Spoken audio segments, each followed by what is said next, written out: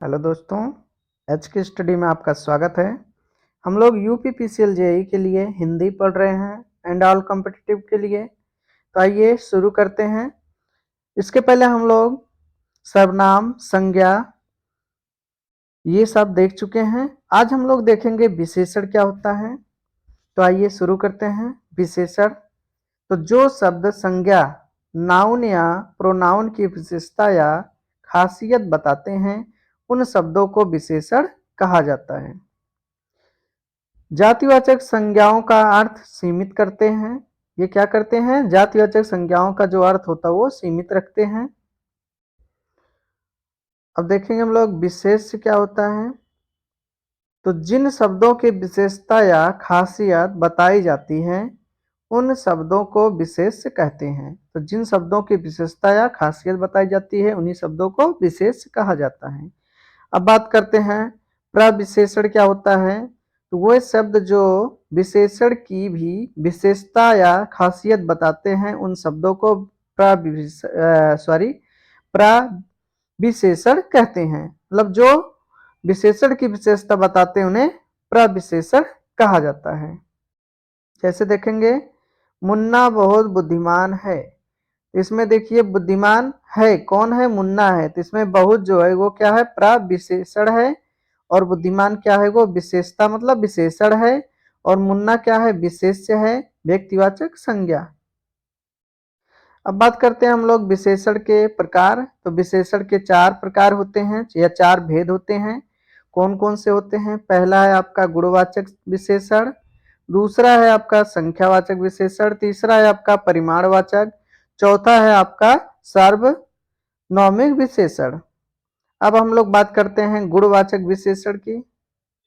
तो गुणवाचक विशेषण क्या होता है? वह शब्द जो संज्ञा या सर्वनाम के प्रकृति, गुण, दोष, रंग, दशा, अवस्था, आकार तथा आकृति का बोध या ज्ञान कराते हैं उन शब्दों को गुणवाचक विशेषण कहा जाता है। जैसे हम लोग देखेंगे दशा। दशा में क्या चीज आएंगे? इसमें आपका आएगा भारी, हल्का, दुबला, गाढ़ा आदि। अवस्था में क्या आएगा? बूढ़ा, जवान, नवयुवक आदि। गुण में क्या आएगा? जैसे बेईमान, ईमानदार, बद बदबूदार, स्वच्छ, गंदा आदि आएगा। रंग में क्या आएगा? काला, लाल, नीला, गुलाबी आदि। आकार में क्या आएगा? लंबा, चौड़ा, पतला, मोटा आदि। स्थान में क्या आएगा? बाहरी, अंदरनी। और काल में क्या आएगा? प्राचीन, नवीन, नम, नया आदि शब्द आएंगे। अब बात करते हैं दूसरा है आपका संख्यावाचक विशेषण की। तो ये क्या होता है? जो शब्द संज्ञा या सर्वनाम की संख्या का बोध या ज्ञान कराते हैं उन शब्दों को संख्यावाचक विशेषण कहा जाता है। संख्यावाचक विशेषण 2 प्रकार के होते हैं। ये कितने प्रकार के होते हैं? ये 2 प्रकार के होते हैं। कौन कौन से? निश्चित संख्यावाचक विशेषण और अनिश्चित संख्यावाचक विशेषण। अब हम लोग बात करते हैं निश्चित संख्यावाचक विशेषण की। तो निश्चित संख्यावाचक विशेषण क्या होता है? इसमें पहला गणनावाचक, जैसे पूर्णांक, अपूर्णांक होते हैं 1 2 3 से डॉट डॉट। अपूर्णांक में क्या होगा? 2 सही 1/2, 3 सही 1/2, 1/4, 2/3 मतलब बटा के रूप में होगा, वो अपूर्णांक होगा। अब दूसरा है आपका क्रमबोधक। इसमें पहला, दूसरा, तीसरा आदि शब्द आते हैं। आवृत्ति बोधक में क्या आएगा? 2 गुना, 3 गुना, 4 गुना, चौगुना, 5 गुना ऐसे आएगा। समुदाय बोधक में दोनों, तीनों, चारों आदि शब्द आएंगे। पांचवा है आपका प्रत्येक वाचक। इसमें हर, एक, एक एक आदि शब्द आते हैं। और आगे आपका है समुच्चय बोधक। इसमें क्या आते हैं? दर्जन आते हैं। दूसरा है आपका अनिश्चित संख्यावाचक विशेषण। तो कुछ विद्यार्थी हिंदी पढ़ रहे हैं, तो इसमें जैसे ये आपका एग्जाम्पल हो गया कुछ विद्यार्थी, तो ये अनिश्चयवाचक है, मतलब इसमें संख्या मालूम नहीं है कि कितने विद्यार्थी हैं। और दूसरा एग्जाम्पल है आपका कितने छात्र उपस्थित हैं। अब हम लोग बात करते हैं तीसरा परिमाणवाचक विशेषण की। तो ये तीसरा आपका है जो विशेषण नाप या तौल वाली वस्तुओं की विशेषता बताते हैं उन्हें परिमाणवाचक विशेषण कहते हैं। तो परिमाणवाचक विशेषण दो प्रकार के होते हैं। पहला आपका निश्चित परिमाणवाचक विशेषण, जिसमें आएगा क्या, 2.5 तोला सोना, शेर भर दूध, ये सब आएगा।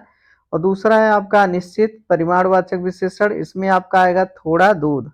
क्या आएगा, थोड़ा दूध।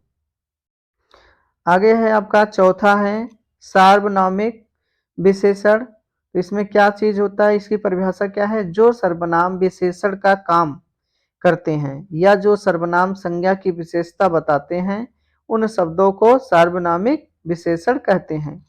संज्ञा से पहले सर्वनाम का प्रयोग, संज्ञा से पहले इसमें क्या करते हैं, सर्वनाम का प्रयोग करते हैं। सर्वनामिक विशेष को संकेतवाचक विशेषण भी बोला जाता है। अब बात करते हैं सार्वनामिक विशेषण के दो भेद होते हैं। तो इसके कितने भेद होते हैं, दो भेद होते हैं। कौन कौन से हैं, पहला है मौलिक सार्वनामिक विशेषण, दूसरा है आपका क्या है, यौगिक सार्वनामिक विशेषण। अब हम लोग कुछ देख लेते हैं कंपैरिजन ऑफ डिग्री, डिग्रियों में कुछ परिवर्तन, इसको हम तुलना देख लेते हैं। जैसे मूल अवस्था दिया है, उत्तरावस्था दिया है और उत्तमा अवस्था, तीन अवस्था आपको दिया गया है। तो कौन अवस्था है, इसके बारे में हम लोग देखेंगे। एग्जाम्पल जैसे लिखा है, उत्तरावस्था को बोलते हैं मध्यावस्था। तो इसमें जैसे राम होशियार है, राम क्या है, होशियार है। इसमें देखिए आपका उच्च, निम्न, लघु और कोमल। और दूसरा है आपका राम श्याम से होशियार है, इसमें क्या है, उच्चतर, निम्नतर, लघुतर और कोमलतर। आगे आपका राम सबसे होशियार विद्यार्थी है, तो इसमें क्या है, उच्चतम है, निम्नतम है, लघुत्तम है और कोमलतम है और सुंदरतम है। और क्या है आपका, और प्रियतम है, जैसे प्रिय, प्रियतर, प्रियतम, ये तीनों आपका जैसे वो चलता ना है, जैसे कि उच्च, उच्चतर, उच्चतम, जैसे विभक्ति आप लोग पढ़ते हैं वैसे से ये दिया गया है। तो उच्च, उच्चतर, उच्चतम, इसमें तर जुड़ता है, इसमें तम जुड़ता है, निम्न, निम्नतर और निम्नतम। तो ऐसे आपका प्रिय, प्रियतर और प्रियतम। तो ये आपका विशेषण हो गया। अब हम लोग नेक्स्ट वीडियो मिलते हैं, तब तक के लिए जय हिंद।